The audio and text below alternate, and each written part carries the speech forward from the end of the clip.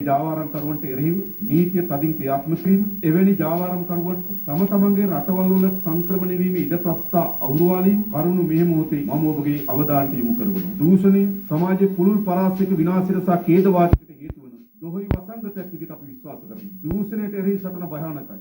නමුත් දූෂණයට එරෙහි සටන නොකර සිටීම ඊටත් වඩා භයානකයි යන්න මම ඔබට ඉතාමත් ගෞරවයෙන් සිහිපත් කරනවා. ඔබ කුමන රාජ්‍ය නියෝජනය කළත් මේ සෑම නියෝජිතයෙක්ම යුද්ධය ප්‍රතික්ෂේප කිරීමට මා සමග එක්වන බව මට විශ්වාසයි. දරුවන්ගේ සහ අහිංසක සිවිල් වැසියන්ගේ ජීවිත එහාට මෙහාට පහර වදිමින පාපන්දෝ බවට පත් කිරීම අවස්ථාවාදී බල දේශපාලන ඛේදවාචකයක් වී තිබෙනවා. තමන්ගේ බලය වැඩි කර ගැනීමට තවත් කිසිවෙකුට ජීවිතවලට බලපෑම් කිරීම සහ පීඩා කිරීම කිසිවෙකුට අයිතියක් නැහැ. පාලකයන් කළ යුත්තේ ජීවිත ආරක්ෂා කිරීම මිස ජීවිත විනාශ කිරීම නොවේ. ගාසා තීරයේ අඛණ්ඩව සිදුවන බිහිසුණු ව්‍යසනයේ අපගේ දැඩි කනස්සලට හේතු වී තිබෙනවා. එක්සත් ජාතීන්ගේ සංවිධානය සහ අනිකුත් සියලු පාර්ශ්වයන්ගේ එකඟතාවය මත දෙපාර්ශ්වයේ කඩිනමින් සටන් විරාමයකට යොමු වීම, බාධාවකින් තොරව සියලු මානසික ආධාර යොමු කිරීම, සියලු පාර්ශ්වයන්ගේ ප්‍රාණපකරුවන් නිදහස් කිරීම පිළිබඳව අපි හඬ නගනවා. පලස්තීන ජනතාවට රාජ්‍ය සඳහා ඇති අහිමි කළ නොහැකි අයිතිය අපි පිළිගන්නවා. මිලියන ගණනක් දරුවන් කුසගෙන්නේ මේ යන ලෝකයක අපි බිලියන ගණනින් ආයුධ වෙනුවෙන් දීඩම් කරනවා. මේ සමුළුවට එක්ව අපි සියලු දෙනා ලෝක සාම ජනාවාස බිහි කරන උදාර සාම වන්දනා කරුවන් බවට පත්වීම කියා මා යෝජනා කරනවා. මගේ රටේ ජනතාව සතුටින් පිරුණු පෝසත් ජීවිතයක් උරුම කර දීම මගේ ඒකායන සීන වෙනවා. ඔබේ රටවල ජනතාවට ඒ සියලු සීන වෙනුවෙන් අප යා යුත්තේ එකිනෙකා පරා යන ගමනක් වෙනුවට එකිනෙකා අත්වල බැඳගත් ගමනක් බව අප විශ්වාස කරනවා.